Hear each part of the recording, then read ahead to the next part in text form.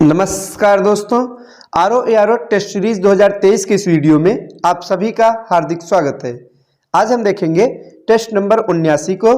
और दोस्तों, आज के इस टेस्ट में हमने परीक्षा के दृष्टिकोण से महत्वपूर्ण प्रश्नों को शामिल किया है जो कि आपके लिए बेहद उपयोगी है। तो आइए शुरुआत करते हैं पहले प्रश्न से।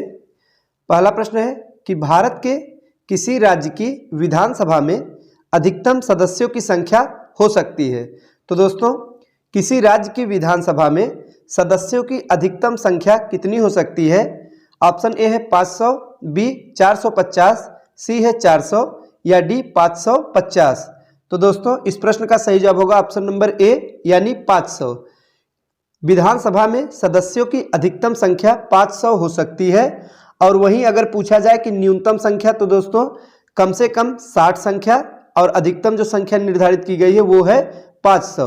हालांकि अरुणाचल प्रदेश, सिक्किम और गोवा के मामले में यह संख्या 30 निर्धारित की गई है। और दोस्तों, मिजोरम व नागालैंड के मामले में क्रमशः 40 और 46 हैं। तो ये अपवाद के रूप में है और सामान्यतया जो विधानसभा में सदस्यों की अधिकतम संख्या है वो 500 निर्धारित है और न्यूनतम है 60। अगला प्रश्न है, किस अनुच्छेद के अनुसार भारत के राष्ट्रपति द्वारा राष्ट्रीय आपातकाल की घोषणा की जा सकती है? तो दोस्तों, राष्ट्रीय आपातकाल की घोषणा यह किस अनुच्छेद के अंतर्गत की जाती है? सही जवाब होगा ऑप्शन नंबर ए अनुच्छेद 352। तो दोस्तों, अनुच्छेद 352 के अंतर्गत राष्ट्रपति राष्ट्रीय आपात की घोषणा कर सकता है। और दोस्तों, यह किस स्थिति में होता है? तो युद्ध अथवा बाह्य आक्रमण या फिर सशस्त्र विद्रोह के कारण जब खतरा उत्पन्न होता है तो उस समय राष्ट्रपति राष्ट्रीय आपात की घोषणा कर सकता है। और दोस्तों, अनुच्छेद 360 जो ऑप्शन सी दिया गया है ये वित्तीय आपात इसके अंतर्गत है। तो इसको भी याद रखिएगा, वित्तीय आपातकाल की घोषणा राष्ट्रपति जो करता है वो अनुच्छेद 360 के अंतर्गत है। और 356 अनुच्छेद यह राष्ट्रपति शासन से संबंधित है। अगला प्रश्न है, निम्नलिखित में से कौन एक संवैधानिक निकाय नहीं है?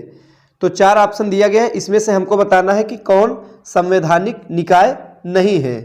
तो दोस्तों, ऑप्शन नंबर ए है केंद्रीय सूचना आयोग, बी अनुसूचित जाति आयोग, सी वित्त आयोग, डी राजभाषा आयोग। सही जवाब होगा ऑप्शन नंबर ए केंद्रीय सूचना आयोग।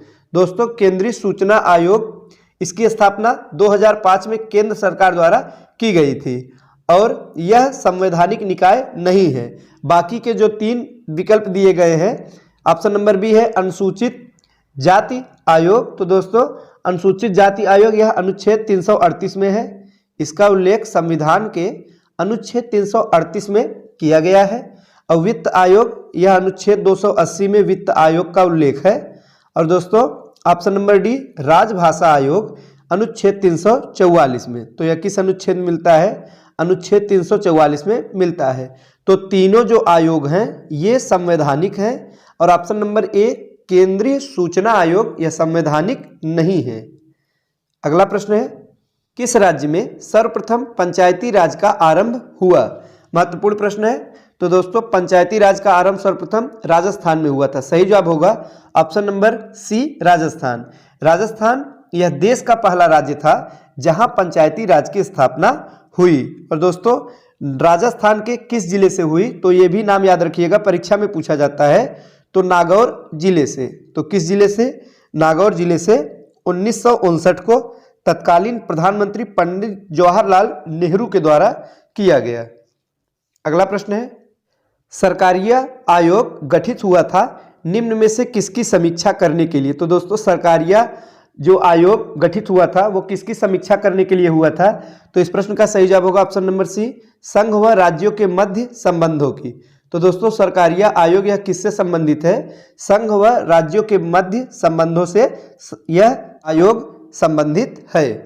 अगला प्रश्न है, संघ लोक सेवा आयोग एक संवैधानिक निकाय है क्योंकि इसका गठन ऑप्शन ए है कार्यपालिका आदेश के तहत हुआ है, बी है संसद में पारित अधिनियम के तहत हुआ है, सी राष्ट्रपति के अध्यादेश के तहत हुआ है या डी उपर्युक्त में से कोई नहीं। सही जवाब होगा ऑप्शन नंबर डी उपर्युक्त में से कोई नहीं।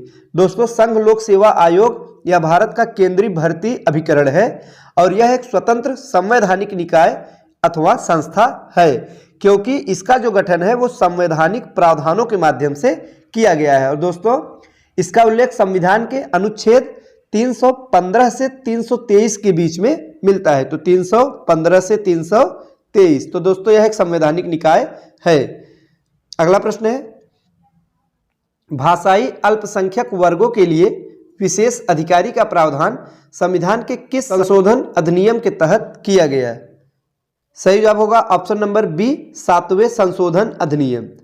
7वें संशोधन अधिनियम के तहत किया गया।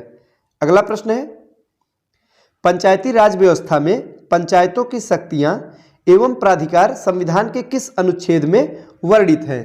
तो दोस्तों इस प्रश्न का सही जवाब होगा ऑप्शन नंबर डी, यानी कि अनुच्छेद 243 जी में। अगला प्रश्न है, भारत में 2013 में 3 नए उच्च न्यायालयों का गठन किया गया, निम्नलिखित में से कौन सा इन तीनों में शामिल नहीं है?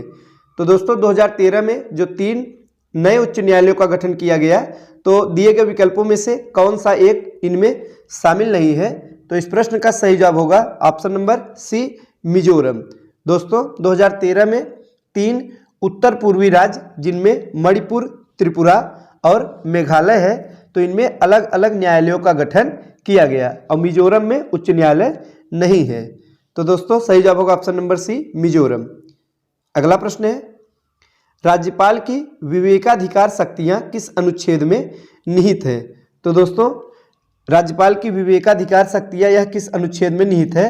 सही जवाब होगा ऑप्शन नंबर बी, अनुच्छेद 163 में। अनुच्छेद 163 कहता है कि अपने विवेकाधिकार वाले कार्यों के अलावा अपने अन्य कार्यों को करने के लिए राज्यपाल को मुख्यमंत्री के नेतृत्व वाली मंत्रिपरिषद से सलाह लेनी होगी। तो सही जवाब होगा इस प्रश्न का ऑप्शन नंबर बी, अनुच्छेद 163। आगे है, निम्नलिखित में से कौन संसद की लोक लेखा समिति की बैठकों में उपस्थित रहता है? तो दोस्तों लोक लेखा समिति की जो बैठक में उपस्थित रहता है तो वो है भारत के नियंत्रक महालेखा परीक्षक। सही जवाब होगा ऑप्शन नंबर बी, भारत के नियंत्रक महालेखा परीक्षक। दोस्तों ये संसद की लोक लेखा समिति की बैठकों में भाग ले सकता है। और नियंत्रक महालेखा परीक्षक के कर्तव्य और जो शक्तियां हैं दोस्तों, वो अनुच्छेद 149 में इसका वर्णन है। अगला प्रश्न है, निम्नलिखित कथनों पर विचार कीजिए। भारत का उच्चतम न्यायालय भारत के राष्ट्रपति को विधि अथवा तथ्यों के विषयों पर सलाह देता है। पहला कथन है कि स्वयं किसी व्यापक लोकहित के विषय में। दूसरा है यदि वह ऐसी कोई सलाह मांगता है। तीसरा है केवल यदि विषय नागरिकों के मूल अधिकारों से संबंधित है। तो इस प्रश्न का सही जवाब होगा ऑप्शन नंबर बी, यानी कि केवल 2। तो दोस्तों जो दूसरा कथन है वो बिल्कुल सही है। तो उच्चतम न्यायालय राष्ट्रपति को सलाह तब दे सकता है जब वह ऐसी कोई सलाह मांगता है, यानी जब राष्ट्रपति द्वारा उच्चतम न्यायालय से सलाह मांगी जाएगी तो उच्चतम न्यायालय द्वारा सलाह प्रदान किया जाएगा।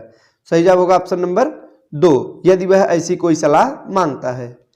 अगला प्रश्न है, सूची 1 को सूची 2 से सुमेलित कीजिए। तो दोस्तों राज्य और उस राज्य में लोकसभा सीटों की संख्या से संबंधित प्रश्न है। आइए देखते हैं। पहला है उत्तर प्रदेश। तो उत्तर प्रदेश में लोकसभा में जो सीटों की संख्या दोस्तों वो है 80, 1 का 3 हो जाएगा। बी है आंध्र प्रदेश। आंध्र प्रदेश में जो सीटें हैं दोस्तों वो 25 है, बी का 4। सी कर्नाटक। कर्नाटक में सीटों की संख्या 28 है। डी गुजरात। गुजरात में जो सीटों की संख्या है वो है 26। अगला प्रश्न है, जिला न्यायाधीशों की नियुक्ति का प्रावधान संविधान के किस अनुच्छेद में है? तो संविधान के किस अनुच्छेद में जिला न्यायाधीश की नियुक्ति का प्रावधान मिलता है? तो दोस्तों इस प्रश्न का सही जवाब होगा ऑप्शन नंबर सी, अनुच्छेद 233। अनुच्छेद 233 में जिला न्यायाधीशों की नियुक्ति का प्रावधान है। आगे है, संविधान के किस संशोधन अधिनियम द्वारा केंद्र एवं राज्यों में मंत्रिपरिषद की सीमा को निश्चित किया गया? तो दोस्तों इस प्रश्न का सही जवाब होगा ऑप्शन नंबर सी, 91वें संविधान संशोधन। दोस्तों ये थे आज के महत्वपूर्ण प्रश्न। वीडियो अच्छा लगा हो तो लाइक करें। मिलते हैं अगले वीडियो में कुछ नए प्रश्नों के साथ। तब तक के लिए नमस्कार।